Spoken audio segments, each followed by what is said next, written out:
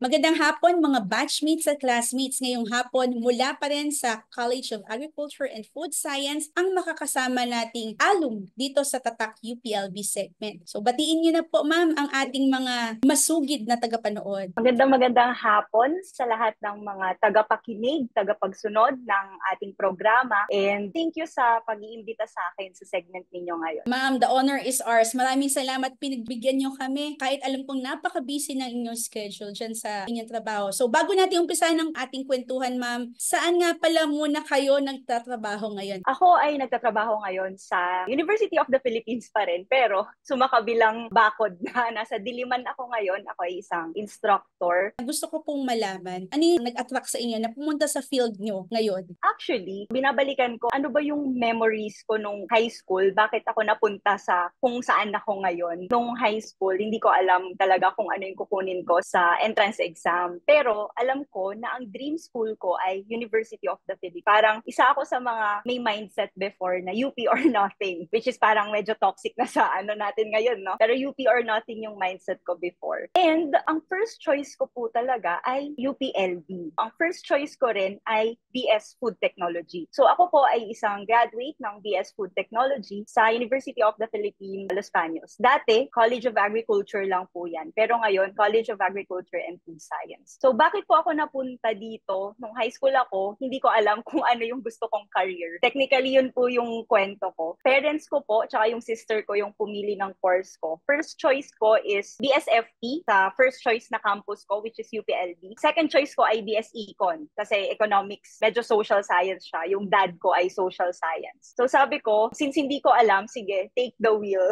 And nakakatuwa po kasi hanggang ngayon, nandito pa rin ako. Siguro naging instruments ng Diyos yung mga magulang ko, particularly my mother and my sister, to choose particular course for me, which is BSFP, na hindi ko akalain na dito ako mag-flourish. No? Dito ko ipaplant yung sarili ko at dito ako bubuo ng karera. Ngayon naman po ma'am, can you describe ano yung naging journey niyo after you graduate? After I graduated po, simula high school ma'am, alam ko na gusto kong magturo. Dahil hindi man immediate family ko yung naka-influence sa akin kasi hindi naman sila mga professors, hindi naman sila teacher. Pero yung extended family ko po, they are professors of the state university sa province namin. So, yung lolo ko, lola ko, mga tito at tita ko. So, nung high school pa lang, pilit kong dinadigest kung gusto ko ba talagang mag-doktor. Pero nung after high school and then nung nag-college na, na-realize ko na gusto ko talaga sa academia. Right after, nung panahon na po na nagpapasign na ng clearance, kumakanta na ng college hymn, syempre iniisip na natin, saan na ako after? So, it's either mag-i-industry ka or kaya magpo-pursue ka ng higher degree to pursue academe or research. Sa akin po, what I did before I graduated is that I seek advice sa mga professors ko. Shout out sa mga professors ng Institute of Food Science and Technology, si Ma'am Ara Algar, tsaka yung advisor ko, and then si Sir Floy. And then marami po akong kinausap na professors ko nung college. Simple lang tanong ko sa kanila, paano po ba sa akademya?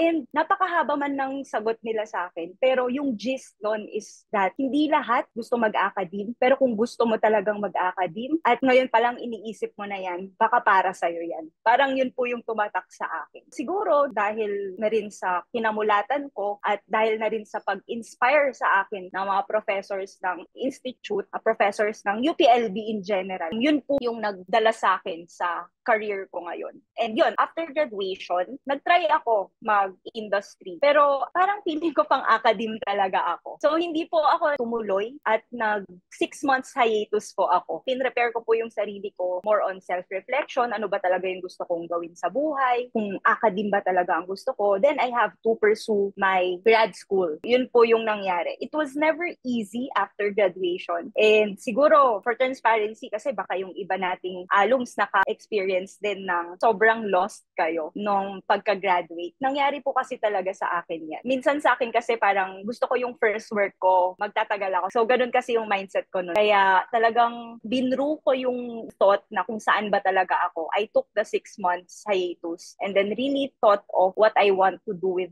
my life after graduation. Ngayon naman po ma'am, what are some of the highlights or milestones na sa iyong career? Kung career po yung pag-uusapan natin ngayon kasi this is my first job. And pumasok ako, I call myself pandemic instructor kasi pumasok ako ng 2020. So lahat ng ginawa kong materials, of course, meron naman akong mga references from previous instructors and faculty members na nagtuturo ng subject na yun. But iba yung i-retrofit mo sa pandemic times. Kasi di ba lahat nun nag-shift online, paggamit ng Zoom. Dati hindi pa natin alam kung paano ba mag-share screen. Minsan ibang screen yung nasi-share natin. So I think isang milestone yun for me. Simple lang na kinaya kong harapin na yung first job ko ay hindi ganun kadali. Hindi siya conventional. It's really novel. It's really new kasi inaaral mo lahat at laboratory yung tinuturo ko that time. So parang ako, napiga talaga yung utak ko. Paano ko i-deliver yung laboratory course ng online? I think lahat ng naging instructors ng online or mga professors ng online, yun din yung iniisip nila. Paano kaya? And then, isa po sa mga naging milestone din is nakapag-publish naman tayo ng mga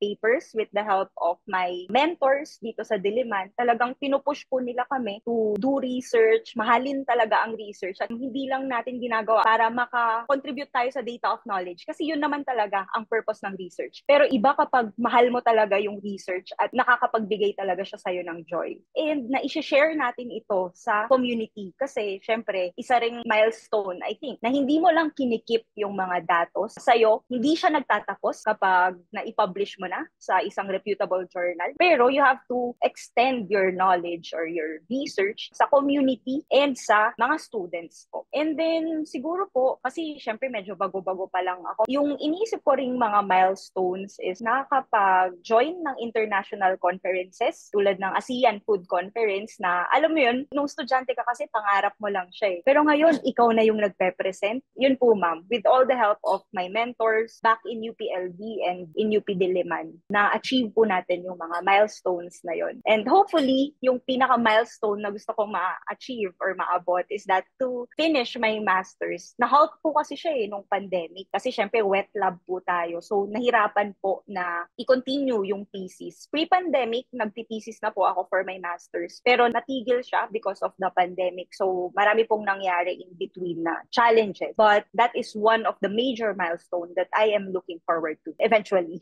Ano yung tingin nyo na characteristics ng isang tatak UPLB? Kapag binabalikan ko, talagang the university really molded me kung ano ako ngayon. I think yung pagiging compassionate, yan ang isa sa mga pinaka natutunan ko sa LB. Very compassionate kasi kung ano yung pinapakita ng mga profs, yun din mismo yung makukuha ng mga estudyante eh. And fortunately, nung kapanahunan ko sa LB, yun yung naranasan ko. Yung overall na experience ko sa LB ay maayos naman, I would say. And yun yung nakapaghubog sa akin. And one of the characteristics as well is being resilient, resourceful, kasi hindi naman lahat na ibibigay sa atin. Halimbawa, sa laboratory works po, gagawa ka ng paraan kung paano mo matatapos yung thesis mo, paano mo matatapos yung special problem mo. Kahit minsan kulang ng resources, minsan kulang ng funding, yun yung mga characteristics. And may mental fortitude kasi nakaka-stress, pero yung mga stressful experiences ko nung college ay yun talaga yung nagpatatag ng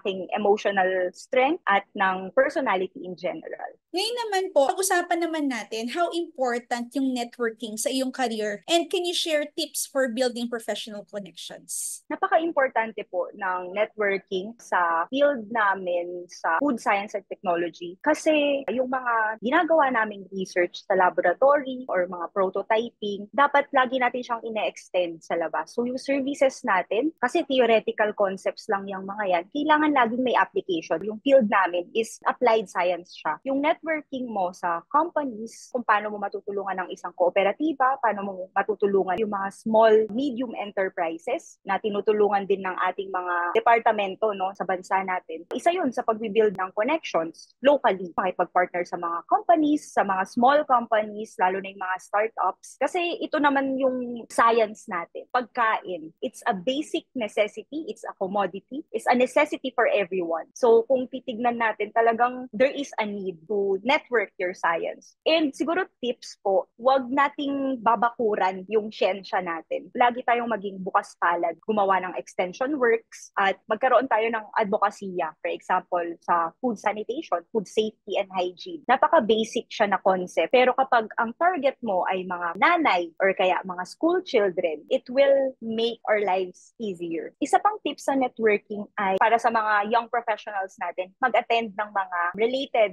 sa field natin na conferences, local and international pa yan. And when you attend conferences, you should have business cards, no? And wag tayong magpaka-introvert. Dapat inaalam natin sinong researcher yung gusto nating kausapin kasi probably aligned yung research natin sa kanila. Napakalawak ng siyensya eh. Pero kapag alam mo kung ano yung niche mo, and then kapag umattend ka ng mga conferences, yun yung mga titignan mo na mga researchers, possible collaborations, no? Lalong-lalo na sa international conferences. Nasama ko na rin naman yung connections, no? Probably, naka-work mo na rin ng iba nating fellow alums, lalo na sa Yes. inyong work, no? How was it working with the fellow alum? Wala, para lang kaming nagchichikahan.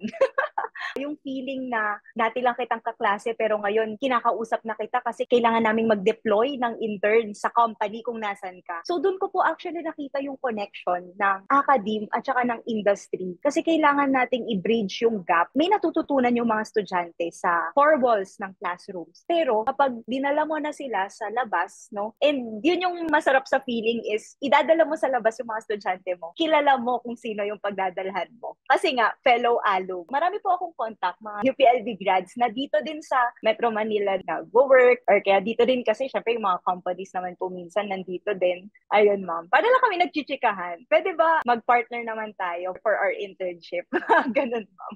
Tingin niyo po, all in all, how did UPLB help in preparing you sa iyong napiling career? Bukod po sa lahat ng technicalities na in-impart ng mga professors po nang nasa UPLB pa ako, I think yung magiging handa po talaga sa realidad ng buhay, yun yung pinaka tumatak sa akin leaving the university. Kasi yung experiences ko nung college were never easy, and I think maraming alums ang mag-a-agree sa akin na hindi lang naman siya linear path, roller coaster siya. And nandun na yung magaling yung prof, ikaw na-challenge ka to be better din, nandun na yun eh, kasi nasa prestigious university tayo sa Pilipinas. Pero yung naibigay talaga sa akin is namulat ako sa realidad, kasi alam naman nating medyo, di ba, liberated din naman ang UP. Aside from the science stuff, namulat ako sa sitwasyon ng buhay ng mga Pilipino, kasi yun din po yung nagiging motivation natin to do our research. Yung mga kababayan natin, mga nasa laylayan. Para po kasi sa akin ngayon, yung career ko is not a choice for everyone. Kumbaga parang nasa pinakababa pa nga siguro. Or pag tatanungin mo, gusto mo ba magturo? Ayoko talaga magturo. Walang pera dyan. Tama naman po pag nagsisimula ka pa lang. Kailangan mo talagang magkaroon ng matatag na foundation, and I think the university gave that to me. Siguro naging isa ako sa mga na-touch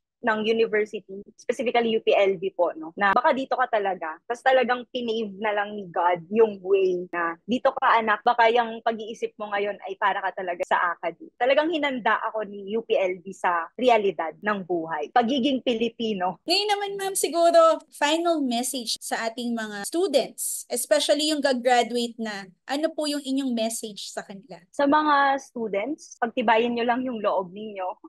Hindi magiging madali once na nakagraduate kayo, magsa-start pa lang yung real life. Pero lagi ninyong tandaan, lahat ng experiences ninyo sa university, lahat ng yan magagamit ninyo after you graduate. Hold on to it and always look back. Tignan natin kung saan tayo nanggaling, pasalamatan natin yung mga professors natin kasi sila yung humubog sa atin. Lalong-lalo na sa mga professors, instructors, mga faculty members and staff na talagang sila yung tumulong kung paano tayo ngayon or kung saan na tayo patungo. And always keep a humble heart. Kasi mahirap na after nyong gumraduate, may konting yabang kasi may tatak-is ka na. Ganyan, tatak-is ko na, graduate na ako ng UP. Pero lagi nating isipin at balikan na service to the people tayo parati. So yun yung dapat naka-angkla. Paglabas natin sa university, naka-angkla yung motivation natin to do whatever doon sa motto ng ating university. Kasi pagpasok pa lang naman natin, alam naman natin, lagit-lagi para sa bayan. Kapag may internal motivation kayo na ganun, kahit na anong